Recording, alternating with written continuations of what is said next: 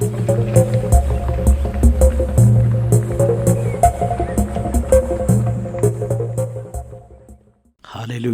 የእግዚአብሔር ስም ተባረክ ይሁን።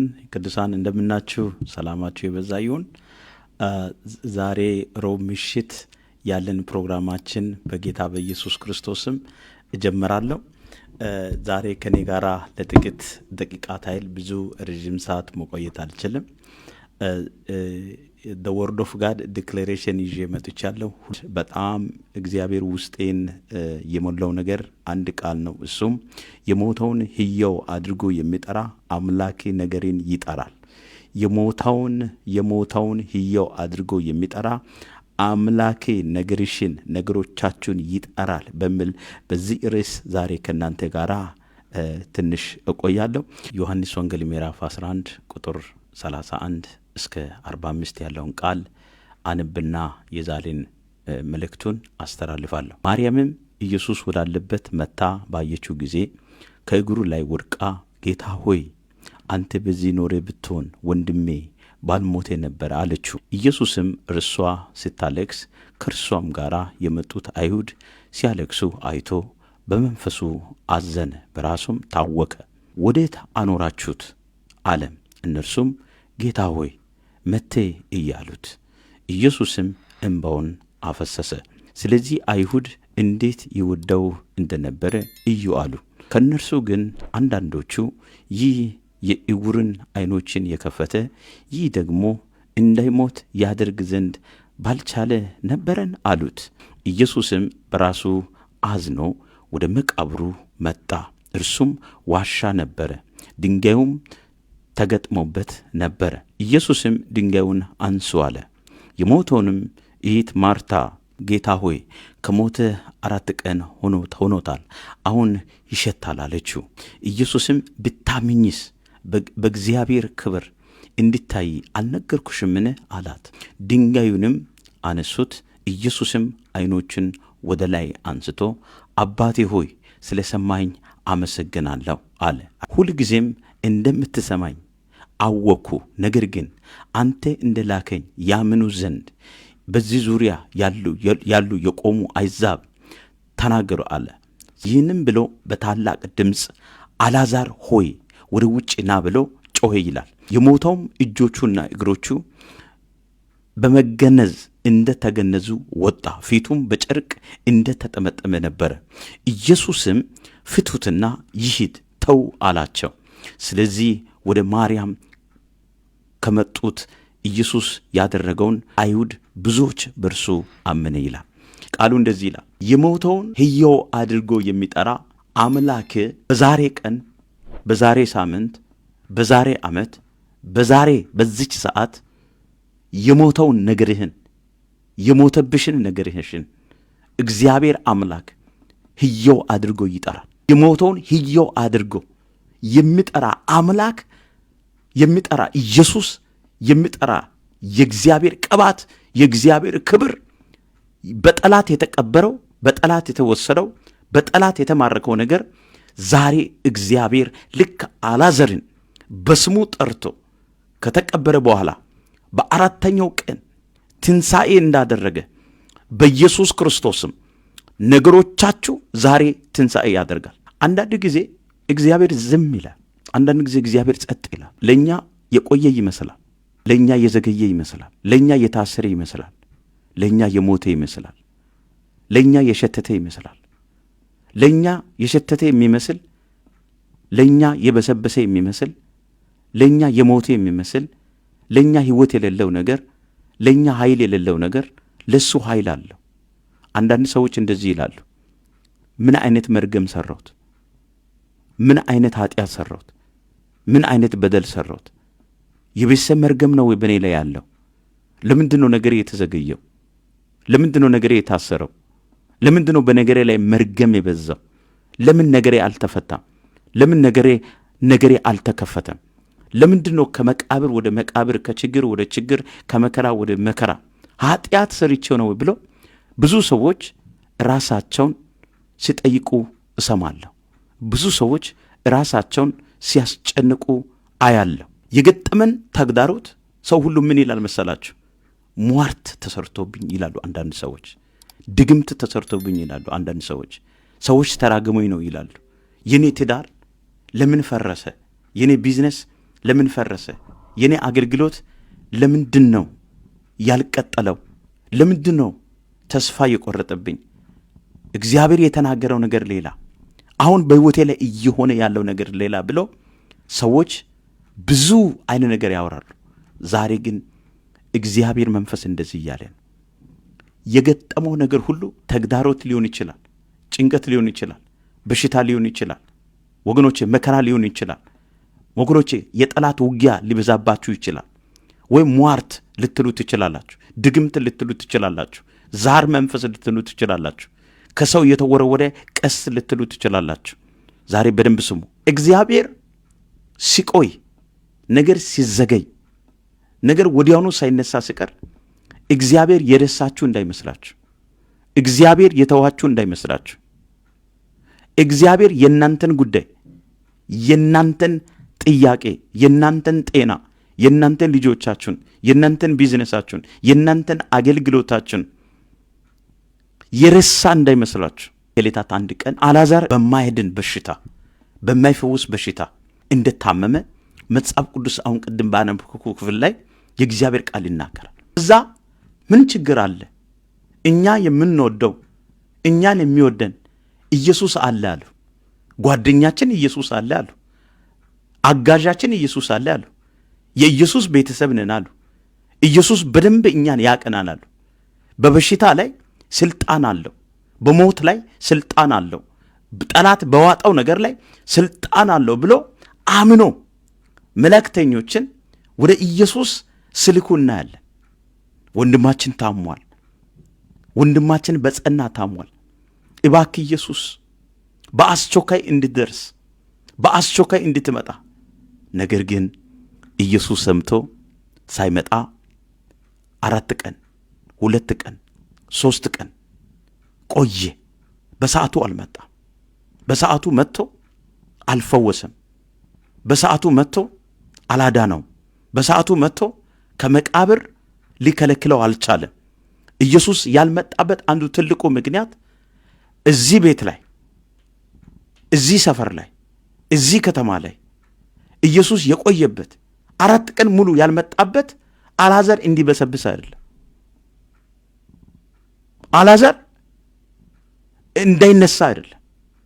በአልዓዛር ምክንያት በነ አልዓዛር መንደር ላይ፣ በነ አልዓዛር ከተማ ላይ፣ በነ አልዓዛር ቤት ላይ ወንጌል ሊሰበክ ነው። ተአምራት ሊሆን ነው። ብርሃን ሊሆን ነው። ትንሣኤ ሊሆን ነው። የሞተው ነገር ሊነሳ ነው። ብዙ አይሁዶች በዚህ ምክንያት ጌታ ኢየሱስ ክርስቶስን የግል አድርጎ ሊቀበሉ ነው። ተአምር ሊሰራበት ፈልጎ ኢየሱስ ክርስቶስ በሰዓቱ በጊዜው እንዳልመጣ መጽሐፍ ቅዱስ ይናገራል። ዛሬ ስሙ።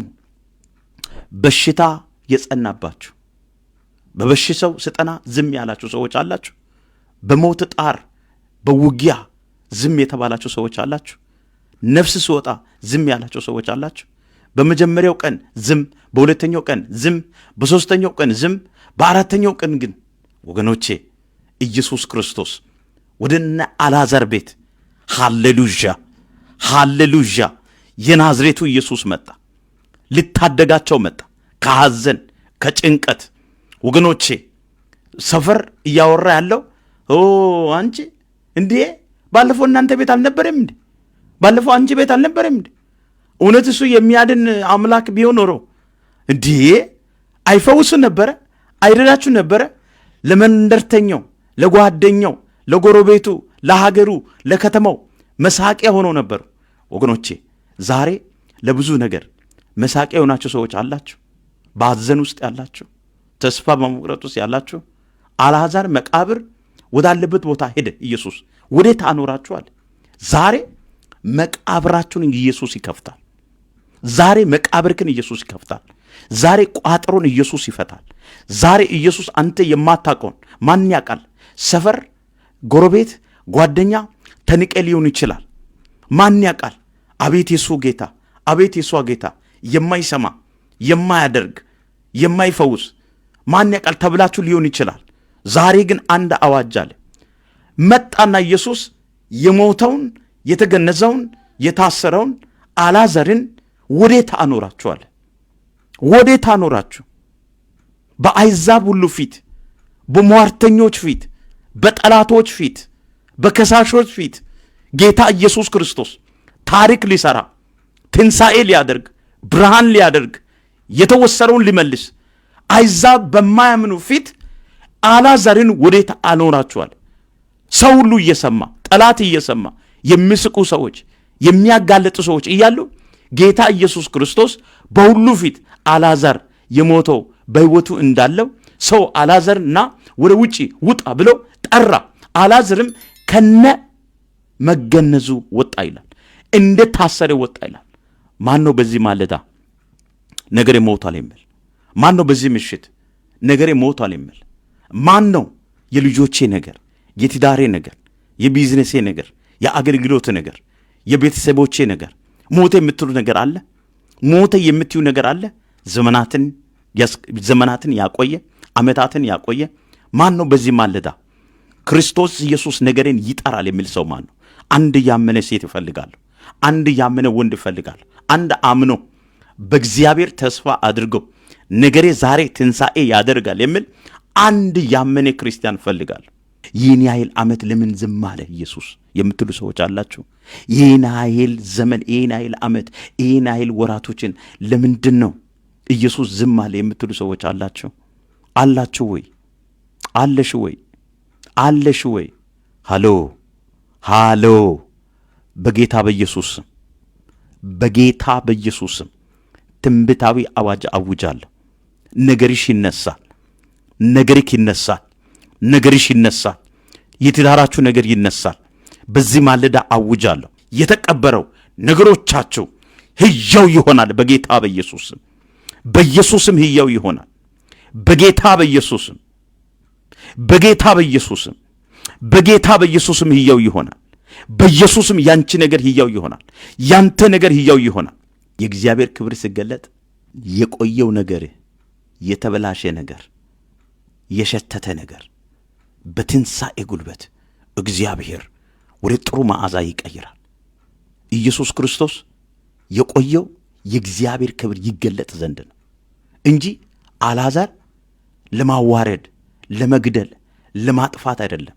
እህቴ ልንገርሽ፣ ወንድሜ ልንገር፣ ነገሪ የዘገየው አንተን ለማስጨነቅ፣ አንተን ለመግደል፣ አንተን ለመቅጣት፣ ባንተ ላይ መርገም ስላለ አይደለም። ባንተ ላይ ሟርት ስላለ አይደለም። ባንተ ላይ ዛቻ ስላለ አይደለም። ባንተ ላይ ጠላት አንተ ላይ ስላወሩ አይደለም። በሌላ አቅጣጫ ስንመለከት ባልተለመደ መንገድ እናንተ ባልጠበቃችሁት፣ እናንተ ባላሰባችሁት መንገድ እግዚአብሔር ክብሩን በሕይወታችሁ ላይ፣ በትዳራችሁ ላይ፣ በኑሯችሁ ላይ፣ በቢዝነሳችሁ ላይ ይገለጥ ዘንድ ነው። ከዚህ ክፍል 3 ነጥቦችን እንመልከት። አንደኛው ነጥብ ከኢየሱስ ጋር እውነተኛ ወዳጅነት ማጠናከር። እዚህ ቦታ ላይ ማርያምን ማርታንም ስንመለከት የኢየሱስ ወዳጅ እንደነበሩ መጽሐፍ ቅዱስ ይናገራል። ዮሐንስ ወንጌል ምዕራፍ 11 ቁጥር 2 እና 3 ላይ ማርያምም ጌታን ሽቱ የቀባችው እግሩንም በጠግሯ ያበሰችው ነበረች ይላል። እዚህ ቦታ ላይ ወንድሟም አልዓዛር ታሞ ነበር ይላል። ስለዚህ አጎቶቹ ጌታ ሆይ እነሆ የምትወደው ታሟል ብለው ወደ እርሱ ላኩት ይላል። አያችሁ፣ ከኢየሱስ ጋር ጥሩ ሪሌሽንሽፕ ያስፈልገናል። ከኢየሱስ ጋር ህይወት ያስፈልገናል። ላይፍ ያስፈልገናል ወገኖቼ። የጸሎት ላይፍ ያስፈልገናል። የአምልኮ ላይፍ ያስፈልገናል።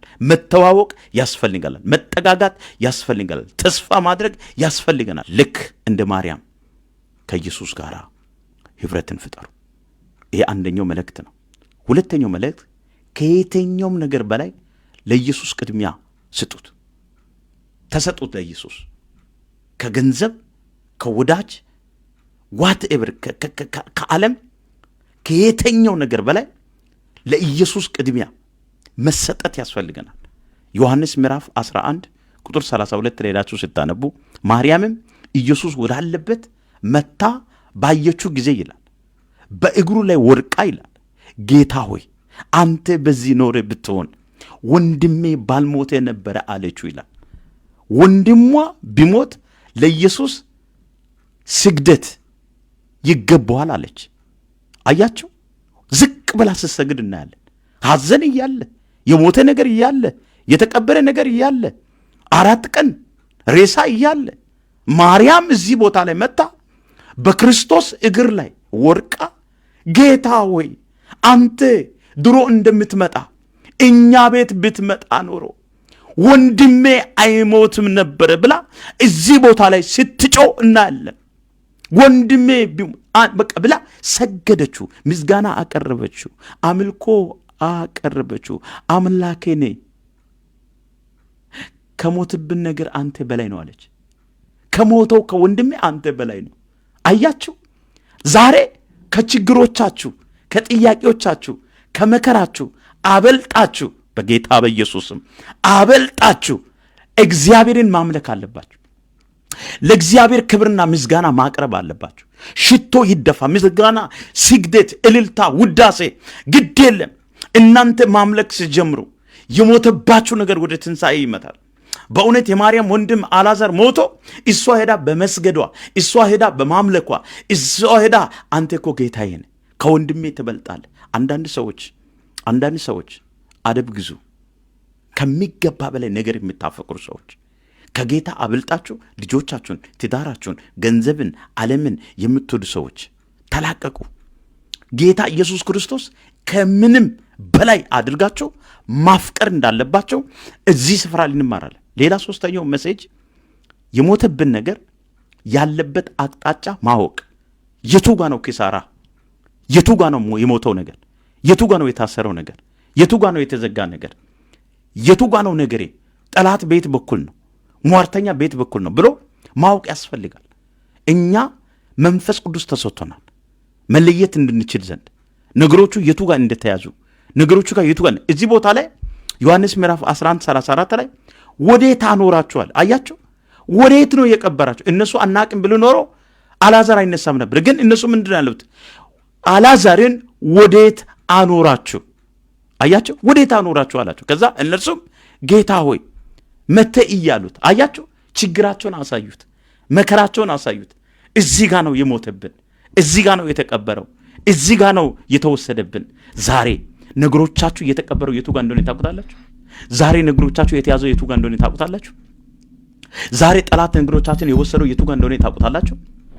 ዛሬ በእናንተ ላይ ጠላት ውጊያ የከፈተው በየትኛው አቅጣጫ እንደሆነ ታውቁታላችሁ። ኢየሱስን አሳዩ። በጌታ በኢየሱስ ለኢየሱስ አሳዩ። ለውዴ አሳዩት፣ ለአሳዩት፣ ለሞተላችሁ ዋጋ ለከፈለው ለናዝሬቱ ኢየሱስ ነገሮቻችሁን ካለበት ቦታ ቆፍሮ ያመጣ፣ ካለበት ቦታ ድንጋይን አንከባሎ ያመጣ፣ ከወደቀበት ስፍራ አሻንታካቱ ያራላባዲባ። ወገኖቼ ስሙ፣ ኢየሱስ አልዓዛርን እንደዚህ ይላል። ኢየሱስ አልዓዛርን ከመቃብር የሚጠራው አምላክ ያለበት ቦታ አያውቅም እንደ ለምን ይጠይቃል ትሉ ይሆናል። ለምንድን ነው እሱ ኢየሱስ ያለበት ቦታ አያውቅም እንዴ? እሱ የሞተው የተኛበት ቦታ የተቀበረ ቦታ አያውቅም ልትሉ ትችላላችሁ። መጽሐፍ ቅዱስ ግን ከወዴት እንደወደቅ እወቅ ይለናል። አያችሁ፣ ማወቅ ጥሩ ነው። የቱ ጋር እንደወደቅ፣ የቱ ጋር እንደከሰርክ፣ የቱ ጋር ነገር እንደተያዘ ማወቁ ጥሩ ነው። አምላኬ እግዚአብሔር በዚህ ማለዳ የሞተው ነገሮቻችሁ በኢየሱስ ክርስቶስም ሕያው እንዲሆን ዛሬ ጸልያለሁ። ሃሌሉያ! ክብር ለጌታ ይሁን።